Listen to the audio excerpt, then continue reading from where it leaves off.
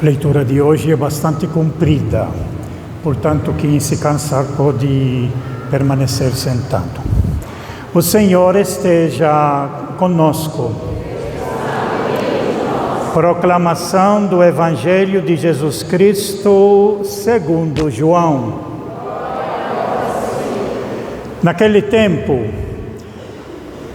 havia um doente, Lázaro, que era de Betânia, o povoado de Maria e de Marta, sua irmã.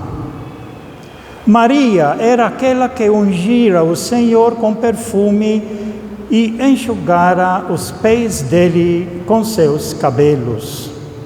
O irmão dela, Lázaro, é que estava doente.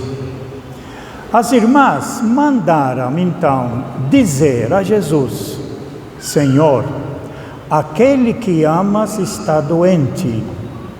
Ouvindo isso, Jesus disse: esta doença não leva à morte. Ela serve para a glória de Deus, para que o Filho de Deus seja glorificado por ela. Jesus era muito amigo de Marta, de sua irmã Maria e de Lázaro. Quando viu que este estava doente, Jesus ficou ainda 2 dias no lugar onde se encontrava. Então disse aos discípulos: vamos de novo à Judeia. Os discípulos disseram-lhe: Mestre, ainda há pouco tempo os judeus queriam apedrejar-te e agora vais outra vez para lá? Jesus respondeu: o dia não tem 12 horas? Se alguém caminha de dia, não tropeça, porque vê a luz deste mundo. Mas se alguém caminha de noite, tropeça, porque lhe falta a luz. Depois acrescentou: o nosso amigo Lázaro dorme, mas eu vou acordá-lo. Os discípulos disseram: Senhor, se ele dorme, vai ficar bom. Jesus falava da morte de Lázaro, mas os discípulos pensaram que falasse do sono mesmo. Então Jesus disse abertamente: Lázaro está morto. Mas por causa de vós, alegro-me por não ter estado lá, para que creiais. Mas vamos para junto dele. Então Tomé, cujo nome significa gêmeo, disse aos companheiros: vamos nós também para morrermos com ele. Quando Jesus chegou, encontrou Lázaro sepultado havia 4 dias. Betânia ficava a uns 3 quilômetros de Jerusalém. Muitos judeus tinham vindo à casa de Marta e Maria para as consolar por causa do irmão. Quando Marta soube que Jesus tinha chegado, ela foi ao encontro dele. Maria ficou sentada em casa. Então Marta disse a Jesus: Senhor, se estivesses estado aqui, meu irmão não teria morrido. Mas mesmo assim, eu sei que o que pedires a Deus, Ele te concederá. Respondeu-lhe Jesus: teu irmão ressuscitará. Disse Marta: eu sei que ele ressuscitará na ressurreição no último dia. Então Jesus disse: eu sou a ressurreição e a vida. Quem crê em mim, mesmo que morra, viverá. E todo aquele que vive e crê em mim, não morrerá jamais. Crê nisto? Respondeu ela: sim, Senhor, eu creio firmemente que tu és o Messias, o Filho de Deus, que devia vir ao mundo. Depois de ter dito isto, ela foi chamar a sua irmã Maria, dizendo baixinho: o Mestre está aí e a te chamar. Quando Maria ouviu isso, levantou-se depressa e foi ao encontro de Jesus.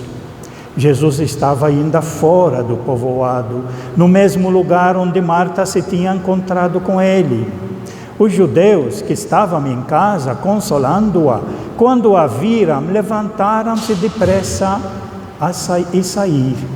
Foram atrás dela, pensando que fosse ao túmulo para ali chorar.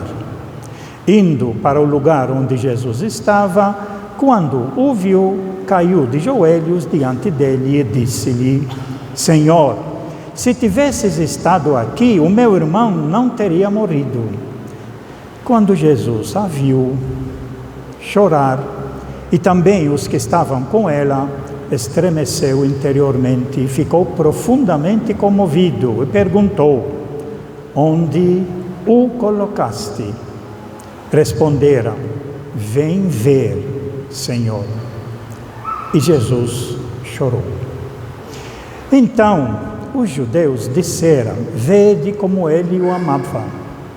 Alguns deles, porém, diziam: Este que abriu os olhos do cego, não podia também ter feito com que Lázaro não morresse?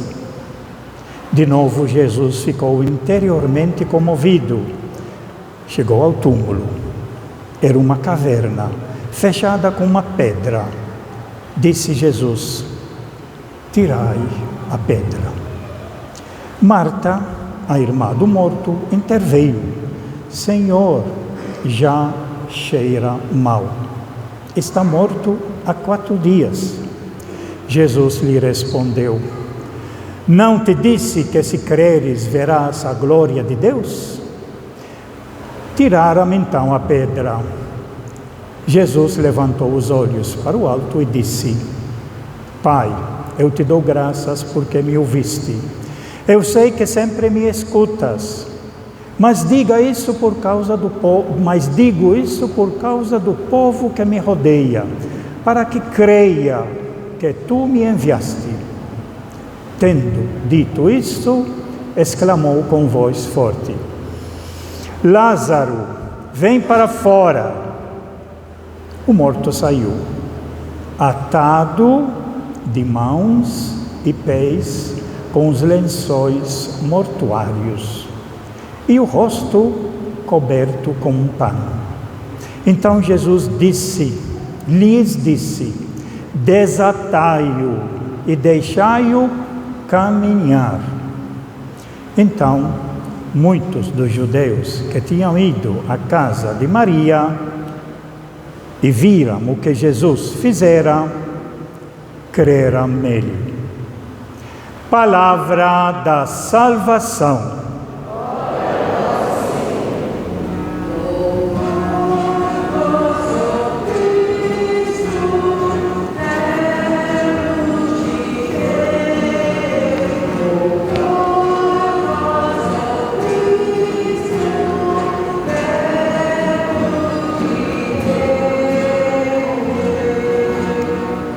Que estas palavras sirvam para o perdão de todos os nossos pecados. Amém. Podemos ficar sentados. Meus prezados irmãos e todas as famílias que hoje trouxeram as suas crianças para serem introduzidas na comunidade católica através do primeiro sacramento, que é o batismo, e como já falei, onde numa cerimônia a gente confirma e pede a Deus que o Espírito de Deus habite, como diz a nossa carta, a segunda carta, mora em nós. E confirmamos que queiramos que esse Espírito de Deus habite também nos nossos filhos, que hoje vão ser batizados. Sejam todos bem-vindos.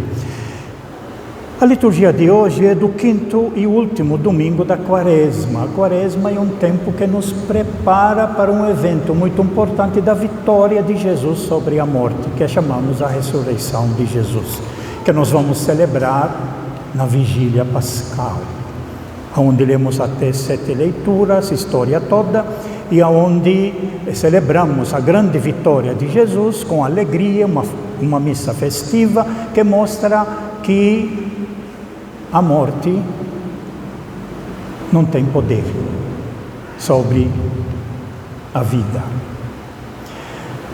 Aqui precisamos entender um pouco que tipo de morte é.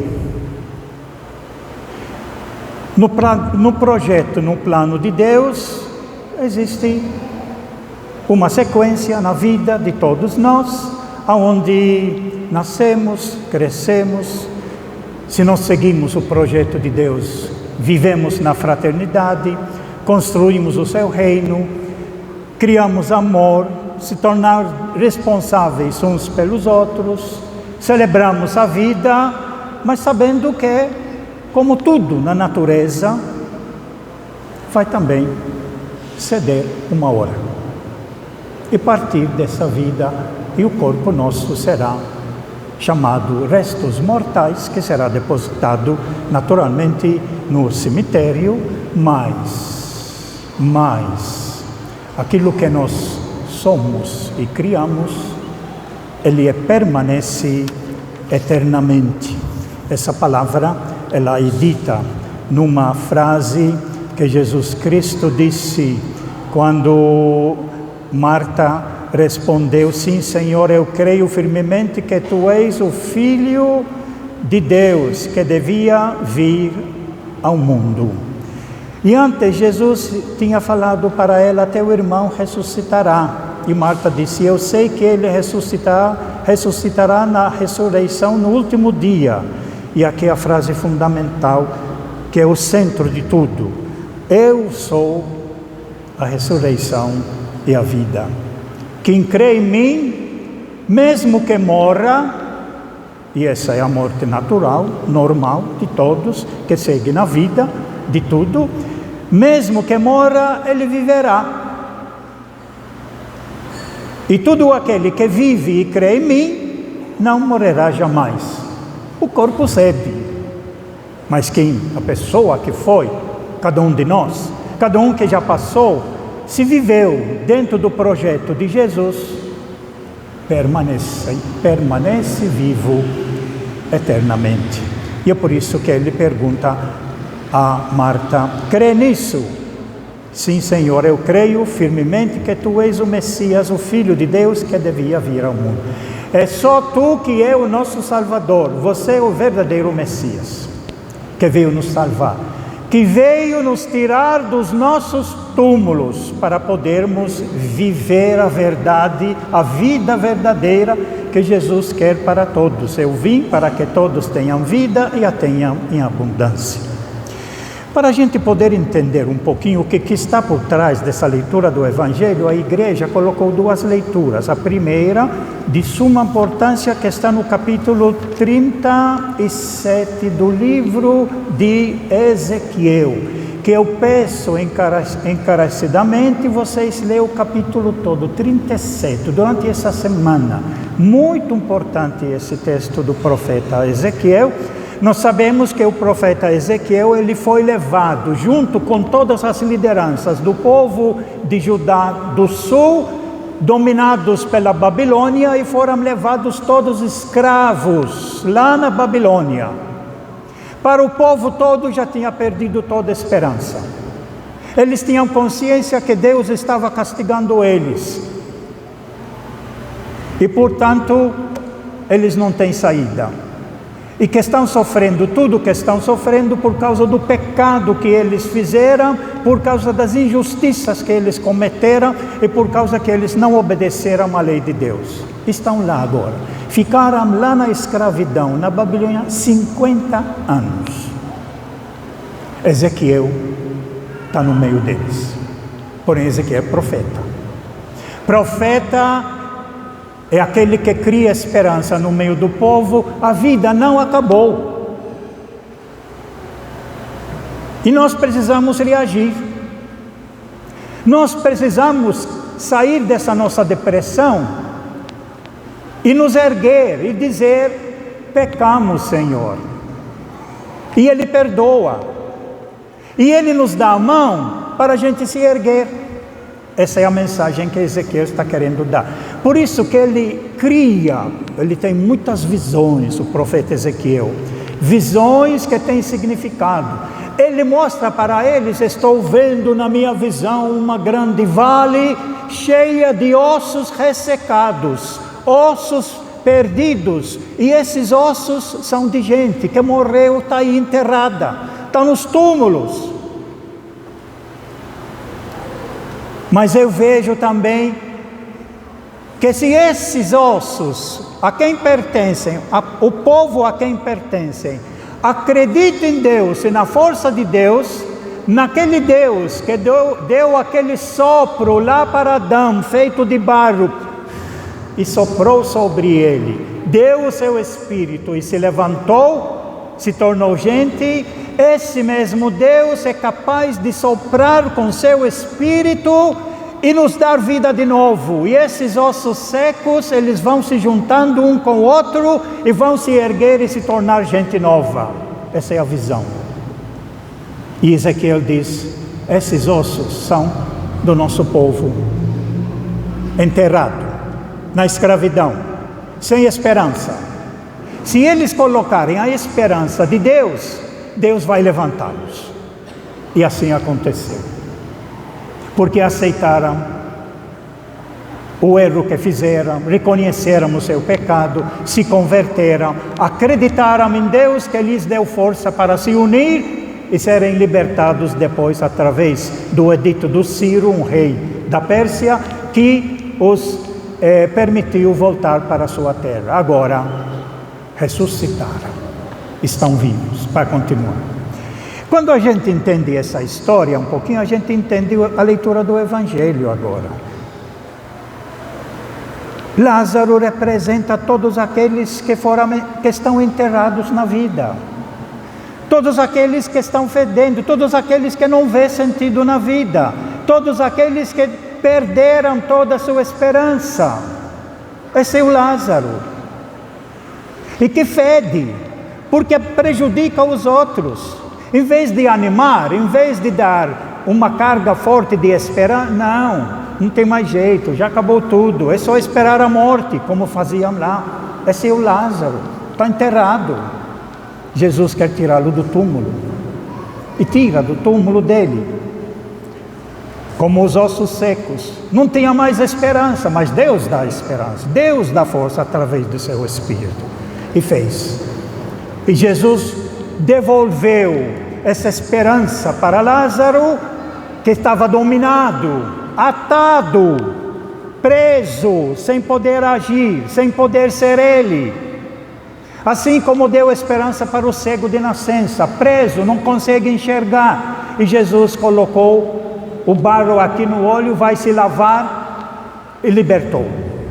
Agora posso enxergar. Agora posso construir o meu caminho com a força de Deus, porque os outros me prenderam, me enterraram, colocaram muita minhoca na minha cabeça, muitos fake news. Eu estou dentro de uma bolha muito grande, fechado, enterrado, sem perspectiva de vida. Precisa quebrar isso. Muita gente hoje vive enterrado, no túmulo, no seu túmulo, numa bolha. Muita gente vive numa bolha de imaginação, que vai acontecer isso, aquilo. Precisamos quebrar essa bolha. Jesus quebra essa bolha. Quebra. Sai daí com o meu Espírito. E aí a segunda carta, ela vai nos dar o sentido. Quando Paulo, escrevendo aos Romanos, ele diz assim: os que vivem segundo a carne não podem agradar a Deus. Esses que vivem segundo a carne são aqueles que vivem só pensando em si. São os egoístas, são os gananciosos, são os poderosos, que acham que o poder faz tudo. São enganados, iludidos numa vida que eles não vêem sentido. Quer ter e ser maior e maior, mas não encontra sentido na vida. Não tem perspectiva. Coloca Jesus. Coloca a fraternidade que Jesus nos trouxe. Por isso a campanha da fraternidade. Dai-lhes, nós, dai-lhes vós mesmos de comer. Tem jeito, mas tem que sair da bolha. Tem que sair do nosso egoísmo, de só pensar em nós, de só pensar em crescer, em ter mais. Tem que olhar ao nosso lado e descobrir onde está o verdadeiro e o único Deus, que todos somos seus filhos. Portanto, precisamos construir uma sociedade onde possamos viver como irmãos na fraternidade. É essa injeção do Espírito de Deus que quer colocar. Portanto, os que vivem segundo a carne não podem agradar a Deus. Vós, dizendo à comunidade, vocês já superaram isso. Vocês já não são mais egoístas, só pensando em si. Vocês agora estão olhando e descobrem que tem gente aqui, tem necessitados aqui, tem gente que precisa de você, tem gente que passa fome, são nossos irmãos. O que nós podemos fazer por eles? Portanto, Paulo, vós não viveis agora mais segundo a carne, mas vocês vivem segundo o Espírito de Deus. Aquela semente que recebemos no nosso batismo, de querer conhecer o nosso Deus, que é Pai, e quer o bem a todos os seres humanos, porque todos somos seus filhos, essa semente precisa dar fruto, precisa ser alguém que ama os outros, que estende a mão, que seja solidário. Aí você tem sentido na vida. Aí nunca vai pensar em tirar a sua vida como muitos pensam. Aí nunca vai entrar em depressão. Entra em depressão quem não tem sentido na vida, quem não vê perspectiva. E Jesus nos tira isso, nos dizendo: serve o seu irmão.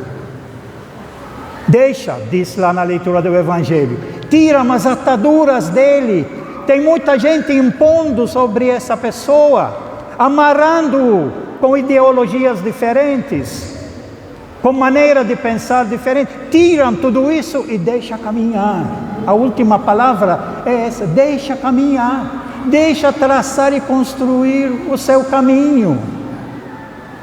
É a esperança. Então, vós não viveis segundo a carne, segundo o egoísmo, só pensando em si, mas vós receberam o Espírito. E se realmente o Espírito de Deus mora, o Espírito de Deus mora, por isso aquele canto que eu gosto muito de cantar em certas ocasiões, vem me habitar. É o Espírito de Deus que precisa habitar em mim para me levar aos irmãos. Se o Espírito de Deus está em mim, ele me ajuda a enxergar a criança, os jovens, os adultos, me deixa ver os doentes, os enfermos, para eu poder ser útil para eles, para eu poder servi-lo, que é o projeto de Jesus Cristo. Se, porém, Cristo está em vós, embora vosso corpo esteja ferido de morte por causa do pecado que nós cometemos e falhamos, mas o vosso espírito está cheio de vida, graças à justiça. A justiça que é a base da vida. Sem justiça há morte. Sem justiça há grande competição. Sem justiça há destruição.